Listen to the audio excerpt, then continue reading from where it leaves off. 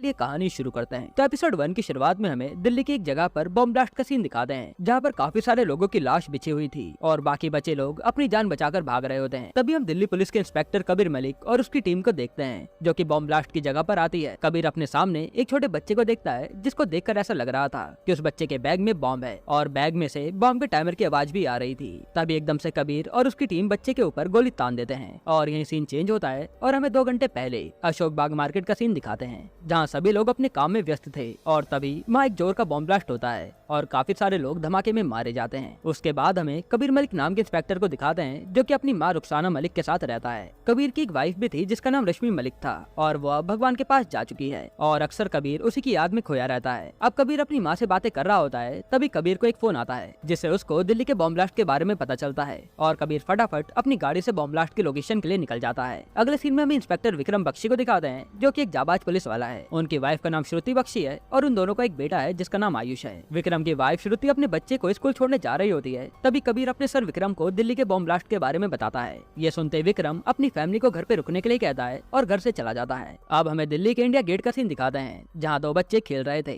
तभी एक बच्चे को बेंच के नीचे बॉम्ब मिलता है और जैसे ये बात पुलिस वालों को पता चलती है, वे सारे लोगों को यहाँ से भगाकर विक्रम सर को इन्फॉर्म कर देते हैं। तब विक्रम फटाफट अपनी गाड़ी से इंडिया गेट के लिए निकलता है और इधर हम देखते हैं कि कबीर को जिस बच्चे के बैग में बॉम्ब होने का शक था, उसमें बॉम्ब नहीं निकलता, लेकिन वह बच्चा बताता है कि उसने बॉम्ब लगाने वाले आदमी को देखा है, जिसने कचरे के डब्बे में एक बैग डाला था। फिर कबीर उस बच्चे को पुलिस स्टेशन भेज देता है ताकि वे उस टेररिस्ट का स्केच बना सके। उसी समय कबीर को उसका कांस्टेबल बताता है कि उन्हें इंद्रलोक यूनिवर्सिटी के बाहर एक और बॉम्ब मिला है और कबीर फटाफट वहाँ के लिए निकलता है। इधर इंस्पेक्टर विक्रम अब इंडिया गेट पहुँच जाते हैं, जहाँ वह देखते हैं कि एक बच्चे के हाथ में बॉम्ब है, जिसे देखकर वे सबसे पहले अपने कांस्टेबल को डांटते हैं कि उन्होंने बच्चे के हाथ से बॉम्ब क्यों नहीं लिया। तब कांस्टेबल बोलता है कि उनको लग रहा था कि कहीं बॉम्ब फट ना जाए। तब विक्रम उस बच्चे के पास जाता है और बड़े आराम से बॉम्ब अपने हाथ में ले लेता है और वो बच्चे को वहाँ से भगा देता है। थोड़ी ही देर में बॉम्ब डिफ्यूज स्क्वाड वहाँ पहुंचकर उस बॉम्ब को फटने से पहले ही डिफ्यूज कर देते हैं। अब विक्रम सब लोगों को स्माइल के साथ बताता है कि बॉम्ब डिफ्यूज हो गया है, पर थोड़ी ही देर में एक और जोरदार धमाका होता है, जिससे सब लोग डर जाते हैं। इसके बाद मीडिया वालों को एक मेल मिलता है, जिसमें टोटल 6 बॉम्ब धमाके होने की खबर थी और इन सब बॉम्ब ब्लास्ट की जिम्मेदारी इंडियन जिहादी नाम की टेररिस्ट ऑर्गेनाइजेशन ने ली थी। अब मीडिया वाले ये न्यूज अपने चैनल पर दिखाकर सारे लोगों को अलर्ट कर देते हैं। तभी एक और ब्लास्ट होता है, जिसमें काफी सारे लोग मारे जाते हैं। इसके बाद कबीर अब इंद्रलोक यूनिवर्सिटी पहुंचता है और वहाँ वह देखता है कि एक गाड़ी के अंदर बॉम्ब लगा रखा है और उस बॉम्ब को गाड़ी की स्टार्टिंग प्लग से जोड़ा हुआ था,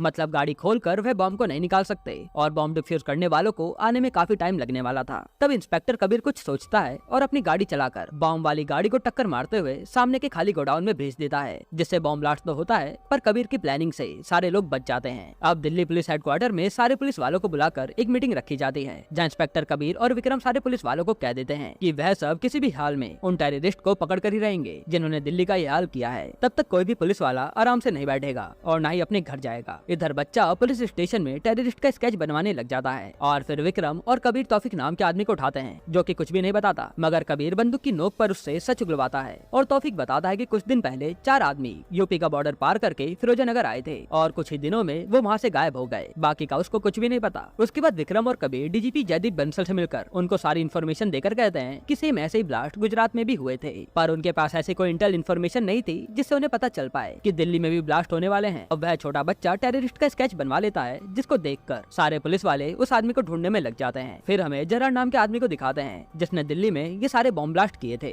वह फिलहाल दिल्ली में किराए के घर में रह रहा है, जहाँ उसने अपनी पूरी पहचान छुपाकर अपना नाम हैदर रखा है और वह वहाँ इत्र बेचने का काम करता है। अब अगले सीन में नफीसा नाम की लड़की हैदर को मिलकर चाय देती है। तब हमें पता चलता है कि नफीसा और हैदर एक दूसरे को कहीं न कहीं पसंद करते हैं। फिर हम नफीसा के पिता सईद को देखते हैं, जिनके घर में जरार किराए पर रहता है और सईद भी जरार के साथ बॉम्ब ब्लास्ट के प्लान में शामिल था। साथ ही यहाँ नफीसा का एक भाई भी है, जिसका नाम मोइन है, पर उसको जरार और उसके पिता के बारे में कुछ भी नहीं पता। जरार अब अपने घर से निकलता है और इधर डीजीपी जयदीप मीडिया में बॉम्ब ब्लास्ट के ऊपर इंटरव्यू देते हैं। यहीं पर एपिसोड 1 खत्म होता है। एपिसोड 2 की शुरुआत में हम पास्ट का सीन देखते हैं, जहाँ इंस्पेक्टर कबीर और उसकी पत्नी रश्मि साथ में थे। तब हमें पता चलता है कि रश्मि की किसी बीमारी के चलते डेथ हो गई थी और कबीर तब से उसे बुला नहीं पाया। अब प्रेजेंट में कबीर की माँ आकर उसको हौसला देती है, जिसके बाद कबीर अपनी ड्यूटी पर चला जाता है। अगले सीन में कबीर और विक्रम डीजीपी बंसल से मिलते हैं, जहाँ हम एक और नई इंस्पेक्टर तारा शेट्टी को देखते हैं, जो कि खास गुजरात से आई है। वह एक एटीएस ऑफिसर है, जो कि विक्रम की टीम के साथ मिलकर वहाँ टेररिस्ट को पकड़ने और इस केस को सॉल्व करने आई थी। अब तारा के वहाँ आते ही उसकी विक्रम से बहस हो जाती है। तब डीजीपी जयदीप तारा और विक्रम को शांत करके एक दूसरे के साथ कोऑपरेट करने के लिए कहते हैं, जिससे वह जल्द से जल्द टेररिस्ट को पकड़ पाएं। और फिर डीजीपी के जाने के बाद तारा, विक्रम और कबीर आपस में बातें करते हैं, जिससे हमें पता चलता है कि भले ही तारा और विक्रम की आपस में बहस होती रहती है, पर वह काफी अच्छे दोस्त हैं। और तारा इन दोनों को बताती है कि जब अहमदाबाद में सेम ऐसे ब्लास्ट हुए थे तब उन्होंने काफी छानबीन करी, जिससे उन्हें एक नंबर मिला था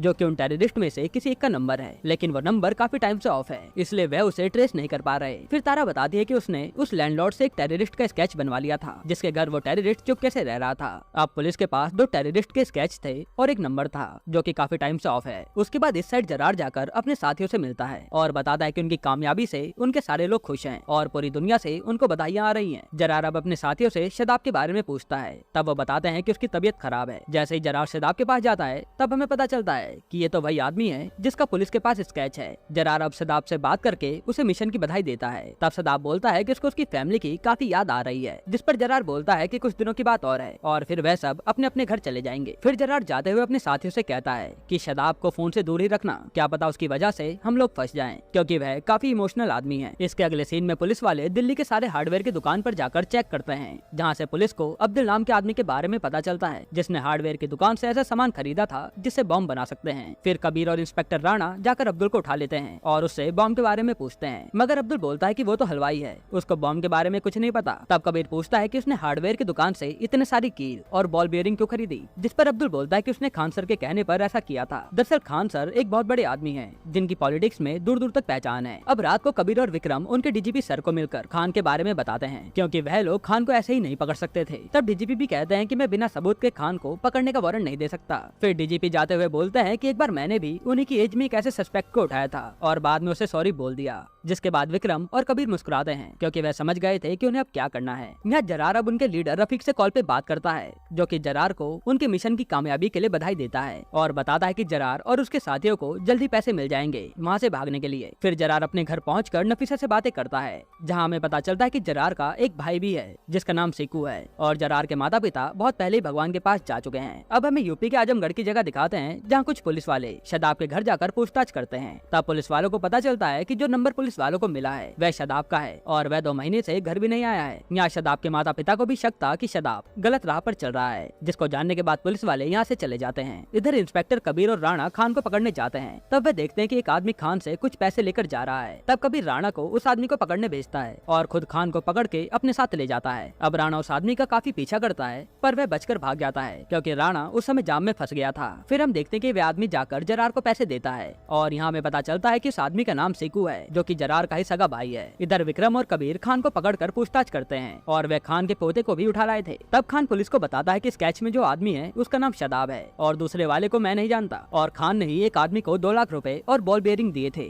जिससे वे बॉम्ब ब्लास्ट हुए थे, बाकी उसे कुछ नहीं पता। जिसके बाद पुलिस वाले खान को अरेस्ट कर लेते हैं। यहाँ जरार और सीकू रफीक की पूरी फैमिली के साथ लंच करते हैं, जहाँ नफीसा की अम्मी जरार को नफीसा से शादी करने के लिए कहती है। फिर थोड़ी देर बाद जरार नफीसा को छत पर शादी के लिए प्रपोज कर देता है और नफीसा मान जाती है। अब इधर विक्रम कबीर के साथ अपने बेटे के बर्थडे पार्टी में जाता है, जहाँ तारा भी आई थी और वह सब लोग खूब एंजॉय करते हैं। फिर थोड़ी देर बाद तारा वहाँ से चली जाती है क्योंकि उसको कुछ काम था। इधर जरार के साथी के घर लाइट चली जाती है। तब शदाब चुपके से अपना फोन ऑन करके अपने घर पे फोन लगाता है क्योंकि उसे अपनी फैमिली की काफी याद आ रही थी, और उसी समय शदाब का नंबर दिल्ली पुलिस ट्रेस कर लेती है। यहीं पर एपिसोड 2 खत्म होता है। दोस्तों आगे की कहानी और